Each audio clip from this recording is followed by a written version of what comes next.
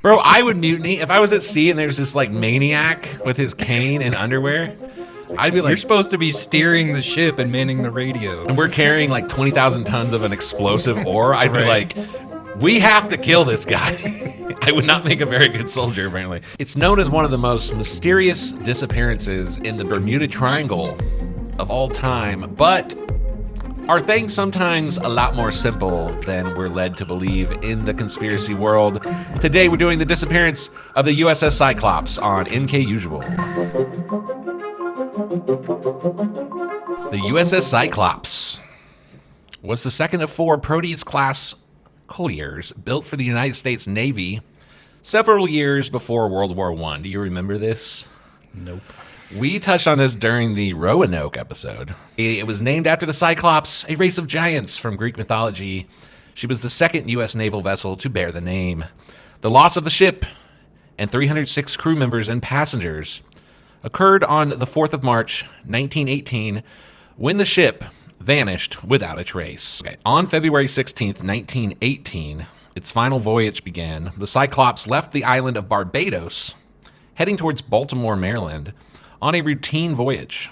The ship sent its final communication on March 4th, 1918, reporting that all was well, and shortly thereafter it vanished without a trace. The 309 people included officers, crew, civilian, passengers. The ship's cargo was also unusual. Manganese ore, which some have speculated might have been unstable. As the loss occurred during World War I, she was thought to have been captured or sunk by a German raider or submarine because she was carrying so much ore. But German authorities at the time subsequently denied any knowledge of the vessel. The Naval History and Heritage Command has stated that she probably sank in an unexpected storm, but the cause of the ship's loss is not known. This is so the U.S. Navy, this comes from the U.S. Naval Institute, calls this the greatest non-combat loss of life the Navy has ever experienced.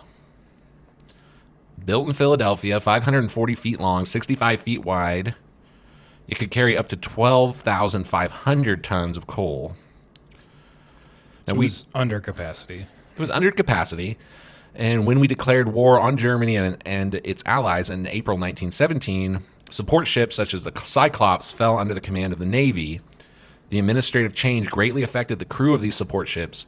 Instead of being run by civilians, the officers were now members of the Naval Reserve Force.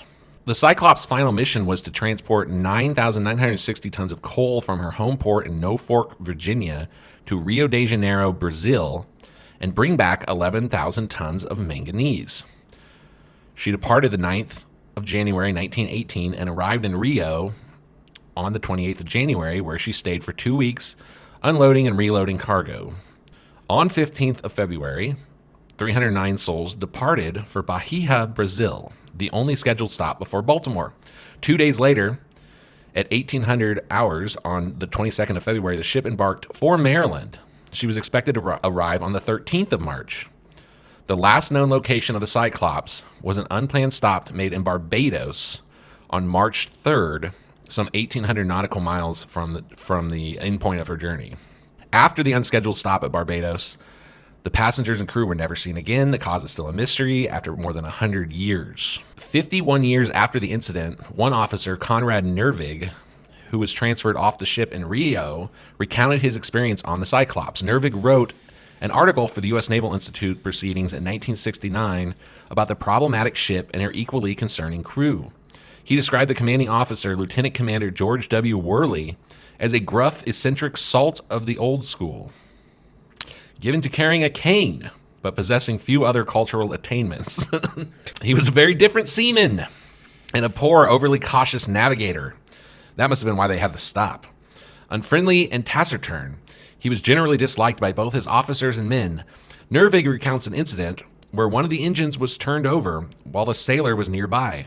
The force of the propeller drew in the boat and knocked the sailor overboard, and he drowned. Nervig blamed this tragedy on the captain, who created a, quote, thoroughly demoralized and disorganized crew because of his irrational methods of command. Well, I think we got theory number one here. Yeah. This is still a big-ass ship. So the greatest mystery of the Cyclops' disappearance is the cause. Even a bad commanding officer and a crew with low morale can usually transcend on a standard voyage through peaceful waters. But something brought down this vessel. Nervig theorized the Cyclops was split down the middle and quickly sank. So he believes that the manganese ore had to be stored basically in the middle of this ship, which would have played off the vessel's weakness.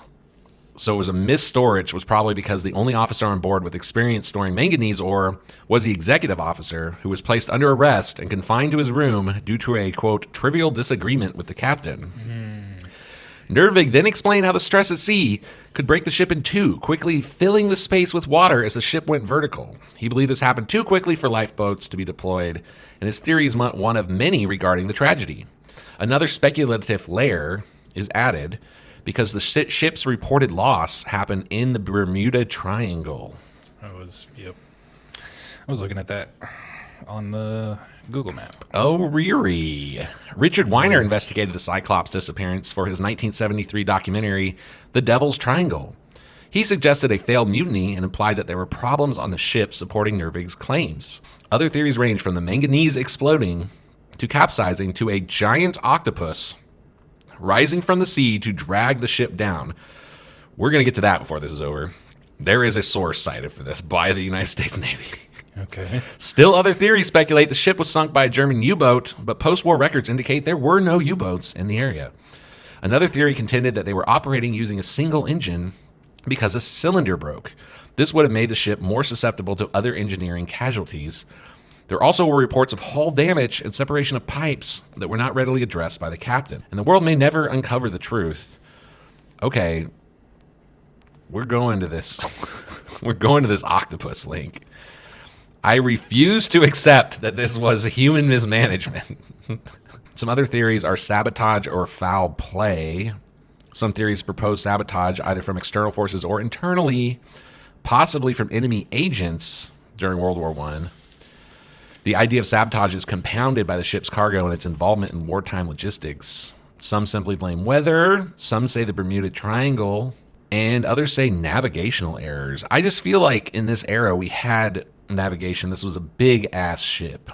Yeah, it is. I did look up if manganese was magnetic, and that could possibly throw off navigation. Is it? It is in certain states. In its ferromagnetic and paramagnetic states, depending on the temperature and form it takes. This says also manganese is explosive in the right conditions. Yeah. So if you had 12... And if it was ore, it may not have been like stabilized into, it also said that it was used to strengthen steel and it's non-corrosive, so it's used for munitions production as a non-oxidizing metal, strengthened steel, etc. Okay, so the manganese, dear Lord, is a good culprit. Yes. So and it wasn't stored properly necessarily because of a disgruntled officer that had a disagreement with this guy nobody likes.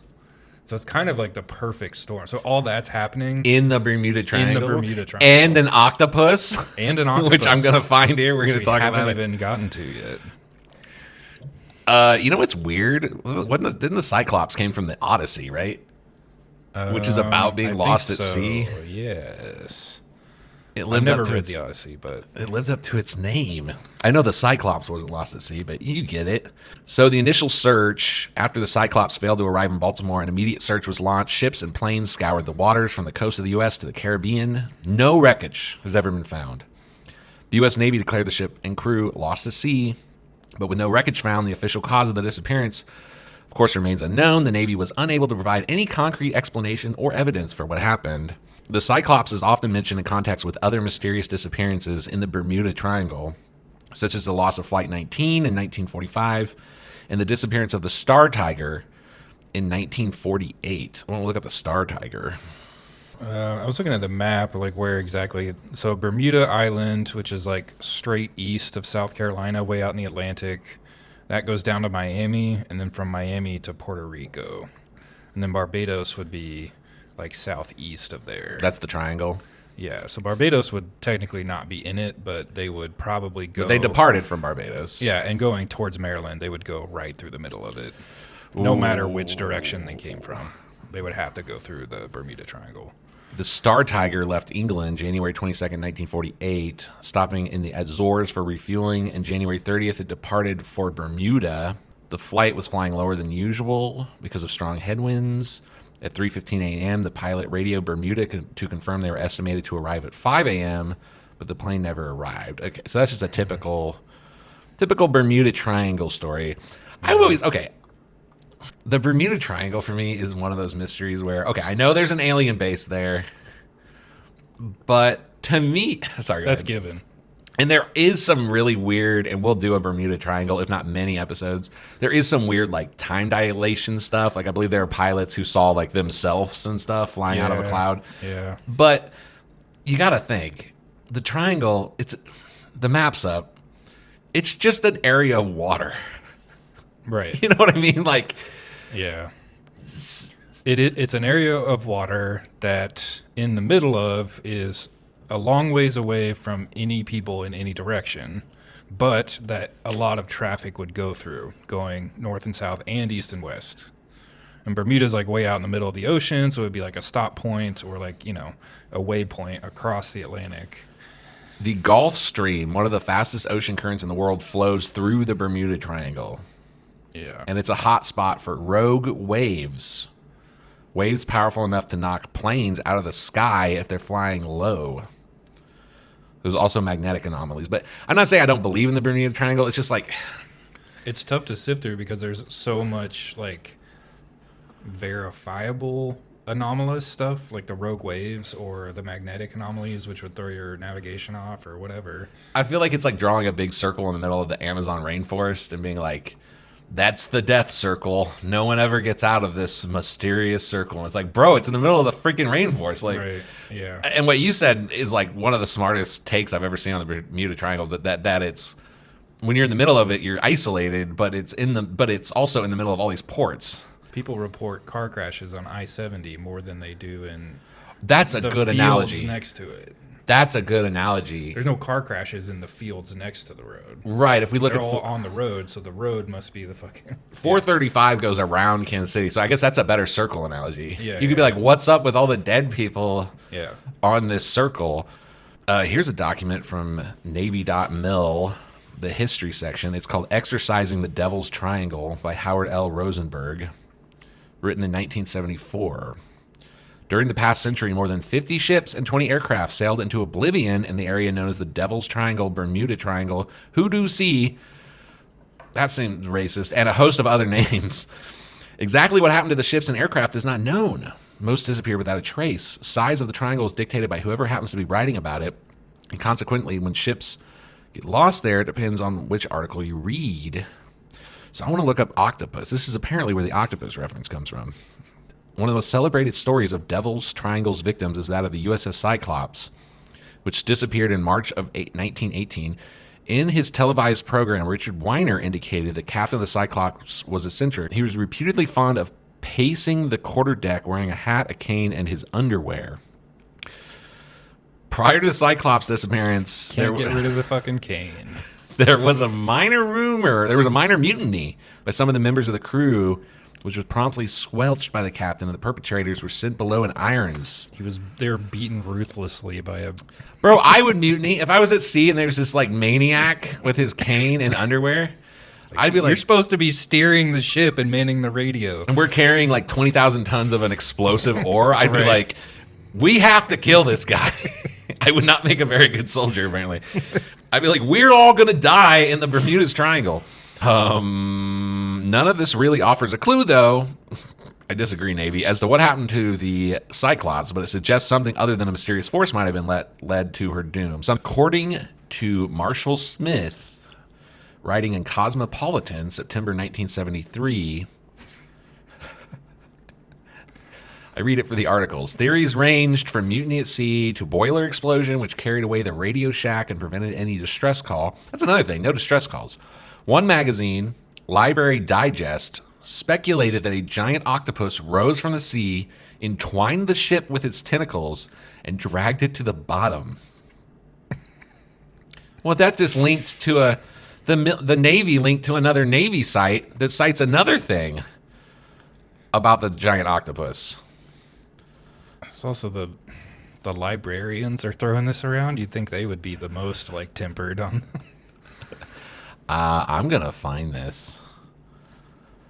Wait, did I say the name of that wrong? It's Literary Digest. Oh, okay. I'm illiterate. That's the whole problem with the premise of the show. You're counting on me to Google and read things. I can't read the word literary. Literally. That's a giant. Sorry. I thought you were just gonna move on. No, I'm going to find out why they think it was a giant octopus. I need to know, because so far I think it's pretty obvious that the captain was insane. Mm-hmm. There was a mutiny. They were carrying tons and tons of explosive material, and they were in like rough waters. I'm trying to decide why this is supposedly a mystery. This is Google says one popular theory includes a giant octopus. Who is saying this? They even the guy on the ship said that there was a hull. There was problems with the hull.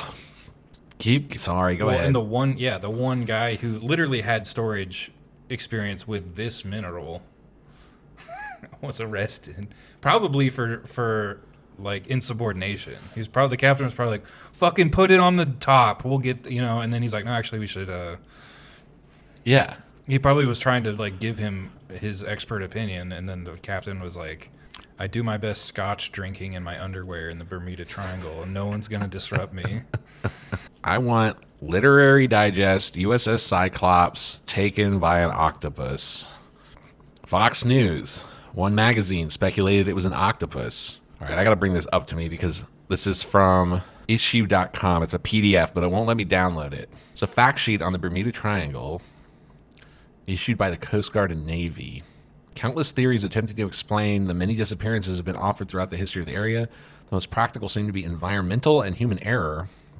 You sons of bitches. I was promised an octopus. Yeah, it's just going in circles for me because they all reference back to the U.S. Naval History and Heritage article, and then that's the only, like, thread. It's just salacious clickbait from 1918. Well, you know what? This makes me happy because we don't do enough of these. We don't do enough where we're just like, this theory is bullshit. Right. We're going to shoot it straight with you, bro. This is a bullshit conspiracy. Yes. Almost certainly. Yeah. Here's a 2024 article called USS Cyclops. It's time for answers. I want to find the way the media talks about this. Like, I want to find a History Channel video where they're like, the USS Cyclops. Here we go. Was it a tragic accident, or were darker forces at play? Some speculate that the ship fell victim to a German U-boat during World War I, while others believe it may have been lost to the infamous Bermuda Triangle's supernatural phenomena. Theories abound, but despite extensive searches and investigations, the fate of the USS Cyclops remains a haunting enigma. I'm gonna put the spookiest music over this entire episode. This is gonna be the spookiest. The New York Times, I found an article here, says in the first paragraph, the announcement points to the probability that a German raider or submarine has been operating within the last month, somewhere between Cuba and the coast of Brazil. But we have the post-war records. Right. But at the time, they were right. Like, they were the like Germans. It's the Germans. Other mythical explanations include the lost city-state of Atlantis. Dude, people really do just be like... The Navy at the time in this article says it most certainly was not, or most likely was not German. So they knew. Yeah. The people with intelligence knew. Yes. People writing an article were trying to sell newspapers. This is like when you watch one of those like unsolved mystery type documentaries, and it's like the missing time of Frederick Rogerson and his friends, and it's like Frederick Rogerson and his friends went out for a night of drinking 19 pints, and it's like they reported missing time and don't know where they were. Was it a UFO? Was it? I mean, this is like literally just how this shit operates. Sometimes, dude, I want to do a Sunday episode about this eventually, unless I compile so many sources we can do a normal episode on it. Sometimes I feel like the whole conspiracy space is like everyone's trying to one-up each other all the time. So, like, I remember when I first really got into UFOs, a big name was Stanton Friedman, and he was all about, like, oh, I can prove it's possible they come from another planet. Then next thing you know, there's the ultra-terrestrial theory. Then next thing you know, it's interdimensional. Then next thing you know, it's time travelers. Then next thing you know, it's under the ocean. Then next thing you know, it's dead people. Shit like this is why people don't trust this stuff. All right, any final thoughts? I don't think it was a giant octopus. No, it was a giant. It had to be a giant octopus. It was a 90-foot tall German man who rose out of the sea. I think it was a megalodon. Oh, that's a damn it. Who's so big. You thought of the cool one. Next time, I want to do the megalodon. Okay. Okay. Thanks for tuning in. We love you.